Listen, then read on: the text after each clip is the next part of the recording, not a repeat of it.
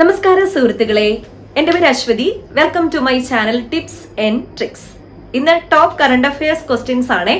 അപ്പോൾ ക്ലാസ്സിലോട്ട് പോവാം. Subscribe ചെയ്യാത്തതുണ്ടെങ്കിൽ subscribe ചെയ്തേക്കാം. പിന്നെ വീഡിയോസ് ഒക്കെ ഇഷ്ടമാവുകയാണെങ്കിലേ ലൈക്ക് ചെയ്തിട്ട് പോണേ.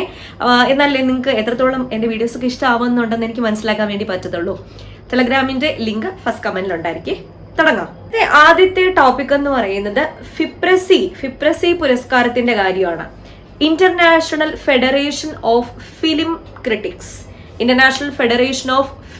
ക്രിട്ടിക്സ് എക്കാലത്തെ മികച്ച സിനിമയായിട്ട് തിരഞ്ഞെടുത്തത് പഥേർ പാഞ്ചാലിയെയാണ്. പഥേർ പാഞ്ചാലി എന്ന സിനിമയുടെ സംവിധായകൻ സത്യജിത് റേയുടെ ഫിലിമാണ് Pather Panchali. FIPRESCI international federation of film critics എക്കാലത്തെ മികച്ച സിനിമയായിട്ട് തെരഞ്ഞെടുത്തത് പഥേർ പാഞ്ചാലി. ഈ ചിത്രം പുറത്തിറങ്ങിയത് 1955-ലാണ്. സംവിധായകൻ സത്യജിത് റേ ആണ്. ഇനി ഫിപ്രസി പുരസ്കാരം മികച്ച 10 ഇന്ത്യൻ ചിത്രങ്ങൾ എടുക്കുമ്പോൾ അതിൽ ഇടം നേടിയ മലയാള ചിത്രമാണ് അടൂർ ഗോപാലകൃഷ്ണന്റെ എലിപ്പത്തായം എന്ന ചിത്രം മികച്ച 10 ഇന്ത്യൻ സിനിമകളിൽ ഇടം നേടിയ ചിത്രമാണ്. അടൂർ ഗോപാലകൃഷ്ണന്റെ കാര്യം പറയുമ്പോൾ ഇദ്ദേഹത്തിന് ദുബായ് ഗാല പുരസ്കാരം ലഭിച്ചിട്ടുണ്ട്. ദുബായ് ഗാല പുരസ്കാരം എന്ന് പറയുന്നത് ചലച്ചിത്ര മേഖലയിലെ സമഗ്ര സംഭാവനയ്ക്ക് നൽകുന്ന പുരസ്കാരമാണ് ദുബായ് ഗാല പുരസ്കാരം. ഗാല എന്നതിന്റെ full form Gulf arts and leadership academy എന്നതാണ്. Gulf arts and leadership academy. അടുത്തത് OV വിജയൻ സ്മാരക പുരസ്കാരം 2022 OV വിജയൻ സ്മാരക പുരസ്കാരം കഥാവിഭാഗത്തിനും നോവൽ വിഭാഗത്തിനും പുരസ്കാരം ലഭിച്ചിട്ടുണ്ട്. കഥാവിഭാഗത്തിലെ പുരസ്കാരം ലഭിച്ചത് VM ദേവദാസിനാണ്. VM ദേവദാസിന്റെ കാടിന് നടുക്കൊരു മരം എന്ന കൃതിക്കാണ് കഥാവിഭാഗത്തിലെ പുരസ്കാരം ലഭിച്ചത്. കാടിന് നടുക്കൊരു മരം എന്ന കഥയ്ക്കാണ് VM ദേവദാസിന് പുരസ്കാരം ലഭിച്ചത്. നോവൽ വിഭാഗത്തിൽ പുരസ്കാരം ലഭിച്ചത് PF മാത്യൂസിനാണ്. PF മാത്യൂസിന്റെ അടിയാള പ്രേതം, അത് ഓർത്തിരിക്കാം, ഇമ്പോർട്ടന്റ് ആണ്. അടിയാള പ്രേതം എന്ന നോവലിനാണ് പുരസ്കാരം ലഭിച്ചത്. അപ്പോൾ OV വിജയൻ സ്മാരക പുരസ്കാരം 2022 കഥാവിഭാഗവും നോവൽ വിഭാഗവും. കഥാവിഭാഗത്തിൽ VM ദേവദാസിനും നോവൽ വിഭാഗത്തിൽ PF മാത്യൂസിനുമാണ് ലഭിച്ചത്.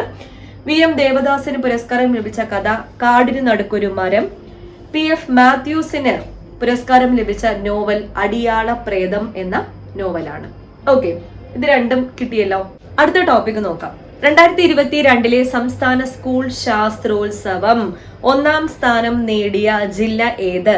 പാലക്കാട് ജില്ലയ്ക്കാണ് 1ാം സ്ഥാനം ലഭിച്ചത്. 2ാം സ്ഥാനം നേടിയ ജില്ല മലപ്പുറം.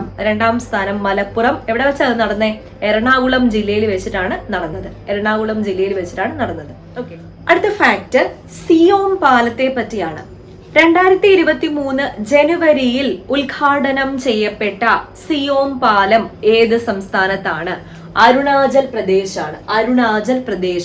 2023 ജനുവരിയിൽ ഉദ്ഘാടനം ചെയ്ത സിയോം പാലം ഏത് സംസ്ഥാനത്താണ്?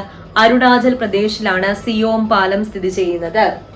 ഇനി 2022 വേൾഡ് ബ്ലിറ്റ്സ് ചെസ് ചാമ്പ്യൻഷിപ്പിൽ വെള്ളി മെഡൽ നേടിയ താരം ആര്?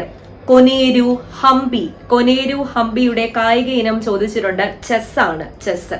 2022 വേൾഡ് ബ്ലിറ്റ്സ് ചാമ്പ്യൻഷിപ്പിൽ വെള്ളി മെഡൽ നേടിയ താരമാണ് കൊനേരു ഹംപി. ഇനി ഓസ്ട്രേലിയൻ ഓപ്പൺ 2023 നോക്കാം. ഇത് ഞാൻ ഓൾറെഡി കോഡിട്ട് ഷോർട്സ് ഇട്ടിട്ടുണ്ടായിരുന്നു, ഓർമ്മയുണ്ടോ? കണ്ടവരുണ്ടെങ്കിൽ നിങ്ങൾ ഓർത്ത് നോക്കാം. ഓസ്ട്രേലിയൻ ഓപ്പൺ 2023 പുരുഷ വിഭാഗം ചാമ്പ്യൻ നൊവാക് ദോക്കോവിച്ച്. വനിതാ വിഭാഗം അരിയാന സാബലങ്കയാണ് വനിതാ വിഭാഗം ചാമ്പ്യൻ. ഞാൻ കോഡിട്ട് തന്നത് നോവ ഓസ് ആണെന്ന് ആരറിയാനാ? അതാണ് കോഡ്. നോവ ഓസ് ആണെന്ന് ആരറിയാനാ? നൊവാക് ദോക്കോവിച്ച്. ഓസ് എന്നുള്ളത് ഓസ്ട്രേലിയൻ ആണെന്ന് കണക്ട് ചെയ്യുക. അരിയാന സാബലങ്ക. അപ്പൊ ഇങ്ങനെ ഓർത്താൽ മതി. നോവ ഓസ് ആണെന്ന് ആര് അറിയാനാ? ഓക്കെ, ഇനി 2023 വിക്കിപീഡിയയ്ക്ക് $27,000 പിഴ ചുമത്തിയ രാജ്യം ഏതാണ്? റഷ്യയാണ്. റഷ്യ 2023 വിക്കിപീഡിയയ്ക്ക് $27,000 പിഴ ചുമത്തിയ രാജ്യം ഏത്? റഷ്യയാണ്. റഷ്യ ഓർക്കാം. ഇനി ചെറുവയൽ കെ രാമന്റെ ഫാക്ട്. ചെറുവയൽ കെ രാമനെ എവിടെയെങ്കിലും കേട്ടിട്ടുണ്ടോ? 2023 പത്മശ്രീ നേടിയ 4 മലയാളികളിൽ ഒരാളാണ് ചെറുവയൽ കെ രാമൻ. പത്മശ്രീ, പത്മ പുരസ്കാരം 2023 കോഡ് ഇട്ട് പഠിച്ചൊരു ക്ലാസ് ചെയ്തിട്ടുണ്ട്. കാണാത്തവരുണ്ടെങ്കിൽ പോയി കാണുക. പത്മ പുരസ്കാരം എന്ന് പറയുന്നൊരു ക്ലാസ് ഉണ്ട്. അപ്പൊ ഈ ചെറുവയൽ കെ രാമൻ 2023 പത്മശ്രീ ലഭിച്ച 4 മലയാളികളിൽ ഒരാളാണ്. ഇദ്ദേഹത്തിന് മറ്റൊരു പുരസ്കാരം കൂടെ കിട്ടി. സംസ്ഥാന ഭക്ഷ്യ കമ്മീഷന്റെ പ്രഥമ ഭക്ഷ്യ ഭദ്രതാ പുരസ്കാരം. സംസ്ഥാന ഭക്ഷ്യ കമ്മീഷന്റെ പ്രഥമ ഭക്ഷ്യ ഭദ്രതാ പുരസ്കാരം ലഭിച്ചത് ആർക്കാണ്? ചെറുവയൽ കെ രാമനാണ്. ചെറുവയൽ കെ രാമൻ. ഓക്കെ, അടുത്ത ഫാക്ട് വന്ദേ ഭാരത് എക്സ്പ്രസിനെ പറ്റിയാണ്. വന്ദേ ഭാരത് എക്സ്പ്രസ് മുൻകാല നാമം എന്തായിരുന്നു? ട്രെയിൻ 18. ട്രെയിൻ 18 ആണ്. ദക്ഷിണേന്ത്യയിൽ നിലവിൽ വരുന്ന ആദ്യത്തെ വന്ദേ ഭാരത് എക്സ്പ്രസ് ബന്ധിപ്പിക്കുന്ന സ്ഥലങ്ങൾ ഏതെല്ലാം? ചെന്നൈ, മൈസൂർ.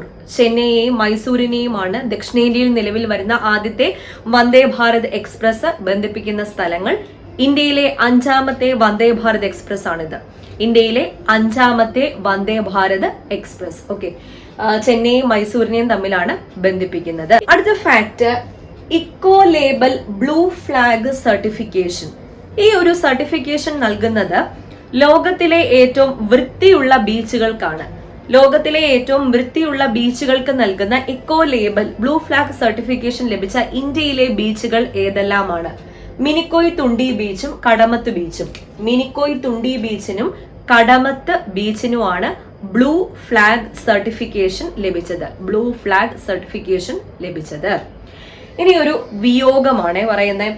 കമൽ നരേൻ സിംഗ്. ഇദ്ദേഹം ഇന്ത്യയുടെ മുൻ സുപ്രീം കോടതി ചീഫ് ജസ്റ്റിസ് ആയിരുന്നു. ഇന്ത്യയുടെ 22ാമത് സുപ്രീം കോടതി ചീഫ് ജസ്റ്റിസ് ആയിരുന്നു. ഇദ്ദേഹം അന്തരിച്ചു.